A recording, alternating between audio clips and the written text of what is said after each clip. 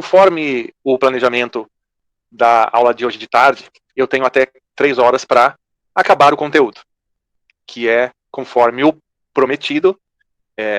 Na primeira aula nossa do dia 12, faltou o conteúdo dos positivismos, que eu acabei dando hoje de manhã, e agora falta esse conteúdo que eu tinha prometido para vocês, que é a hermenêutica de 2 autores que prevalecem no direito civil e que foram e ainda são autores clássicos na hermenêutica jurídica. Enquanto Streck, Dworkin, positivismo inclusivo, exclusivo, representam uma nova hermenêutica, essa de Betti e de Maximiliano está vinculada à hermenêutica tradicional, clássica e metodológica, que dá ênfase aos métodos interpretativos.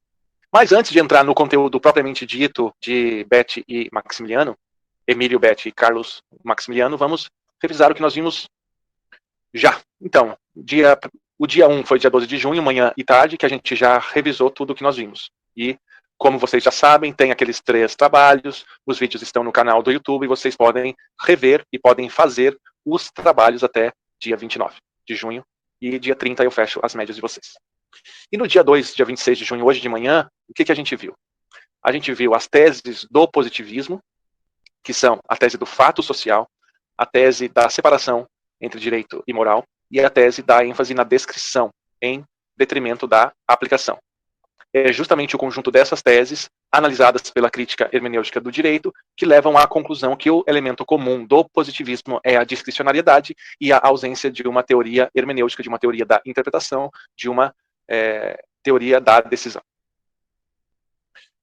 Depois, nós vimos os tipos de positivismo, que é o filosófico, o científico e o jurídico, e também vimos as 3 tradições principais do positivismo, que é a francesa, a alemã, inglesa e, se quiserem por aí também, a dos Estados Unidos da América.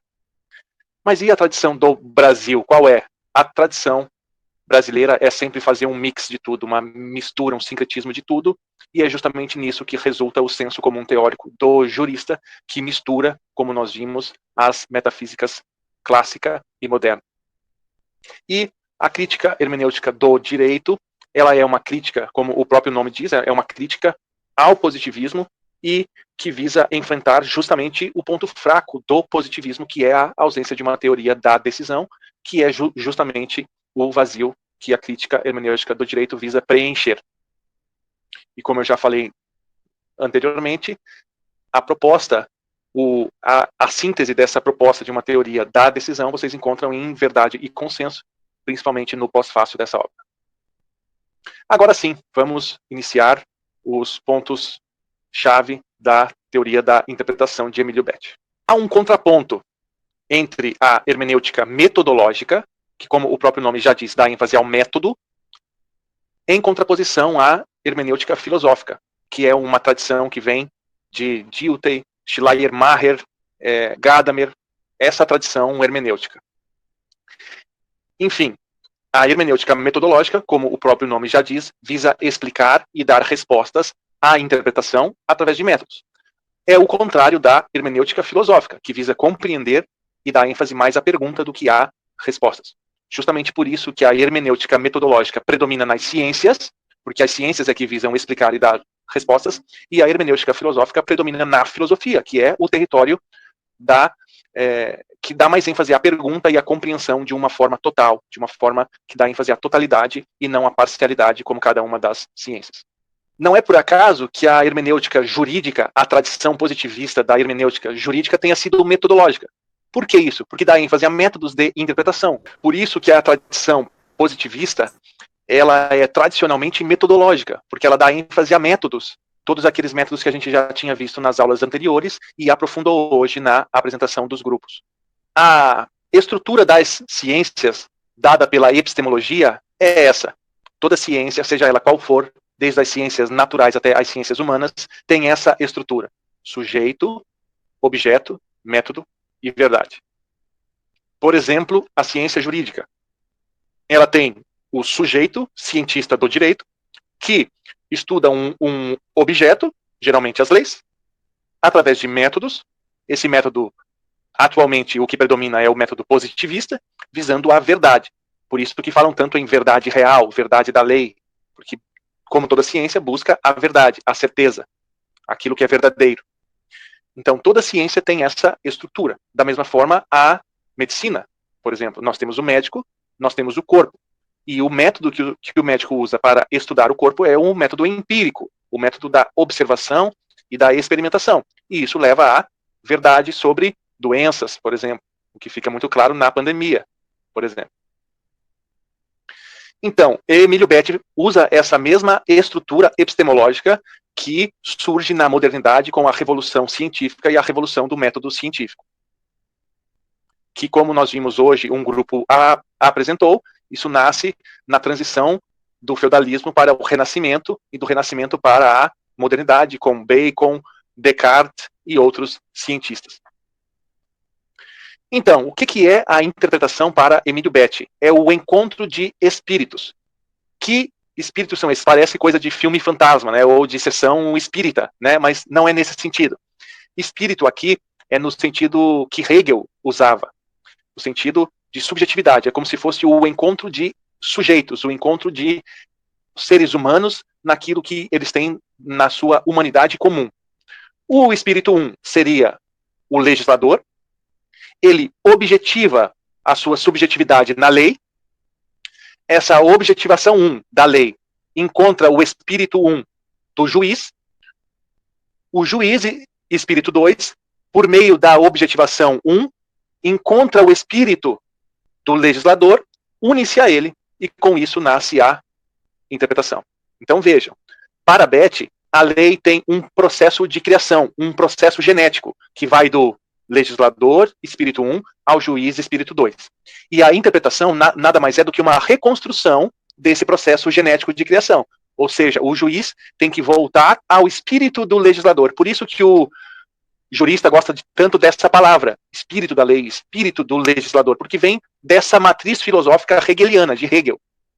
E dessa teoria de Betti aqui, que predomina e predominou muito ainda no imaginário dos juristas. Então, resumindo, a interpretação para Emílio Betti é o encontro de espíritos na sua humanidade comum, ou seja, é o encontro que o juiz faz com o legislador através da objetivação da lei.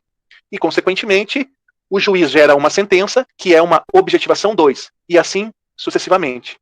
Com base nessa premissa de que a interpretação é a reconstrução desse encontro dos espíritos, Betti propõe uma teoria geral e dogmática da interpretação, baseada na correção das antinomias do sistema jurídico. Para ele, a função dessa teoria geral seria a correção das antinomias, tanto do sujeito quanto do objeto do direito. E com base nisso, nessa correção das antinomias, que seriam as incoerências lógicas do sistema jurídico, ele propõe o que ele chamou de cânones hermenêuticos. Tanto os cânones do sujeito, quanto os cânones do objeto. Voltando a repetir, a finalidade, o objetivo dessa teoria geral e metodológica de Betti é corrigir as antinomias do sistema com base em cânones, que nada mais é do que um eufemismo, uma outra palavra mais complicada do que método, para métodos. Um cânon, ou cânones, nada mais é do que uma regra rígida, que deve ser seguida para evitar problemas. Nesse caso, problemas lógicos de antinomia no sistema jurídico. Então vejam, é uma teoria ambiciosa. Ela tem a pretensão de ser geral. É uma teoria que serve para todo o direito, para todos os ramos do direito. E como elemento comum dessa teoria geral, ela visa métodos. Ela visa dar ao intérprete cânones e métodos que, se ele seguir, as antinomias serão evitadas. E quais seriam esses cânones do sujeito e os cânones do objeto? Os cânones do sujeito são integração e adequação. Integração do quê? Do sistema, no caso de lacunas. Então, o sujeito, quando encontrar lacunas no sistema, que é uma forma de antinomia, ele deve integrar o sistema de modo a torná-lo fechado, unitário e coerente novamente. Porque uma lacuna torna o sistema incoerente, aberto e não unitário. Então, quando o intérprete usa os cânones para corrigir, integrar essa lacuna, o sistema volta a ser unitário, coerente e lógico.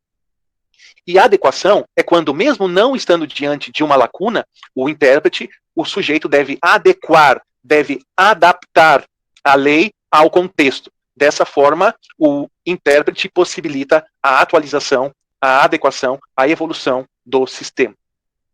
Então, esses são os dois cânones do sujeito para Emílio Betti na sua teoria geral. Integrar o sistema e adequá-lo a novos contextos. Já os cânones do objeto dizem que o objeto deve ser interpretado de forma autônoma, separado do sujeito, e de modo a dar a ele uma totalidade. Ou seja, o sistema ele não deve ser interpretado na forma de microsistemas, de forma separada, mas sim uma teoria total, que dê conta de todo o sistema, da totalidade do sistema jurídico e de forma autônoma, separada do sujeito e separada de outras ciências. É com base nesses cânones do objeto o que dá ao sistema jurídico a sua coerência, a sua completude, a sua perfeição, a sua... enfim, todas as características que tornam o sistema jurídico fechado.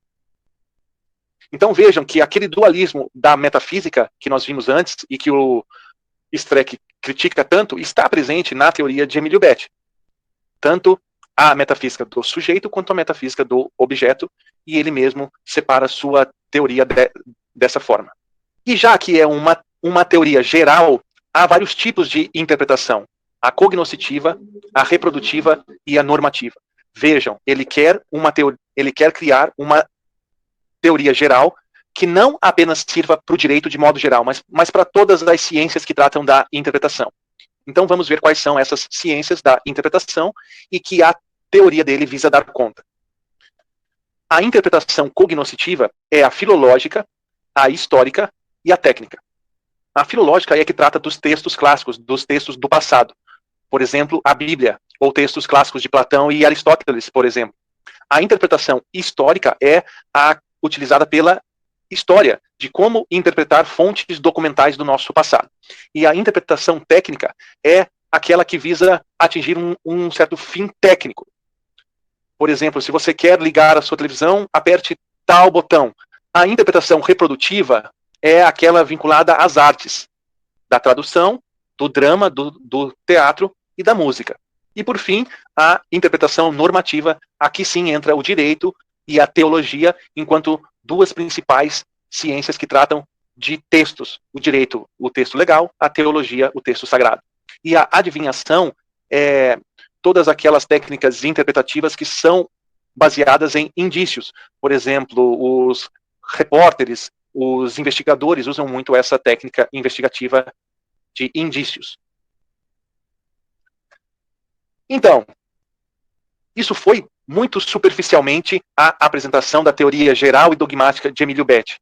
Volto a enfatizar, ela quer ser uma teoria geral, não só do direito, mas de todas as ciências que tratam da interpretação, e dogmática porque ela dá cânones, ela dá dogmas, ela dá métodos que o intérprete deve seguir para atingir o êxito, o sucesso, a correção da interpretação.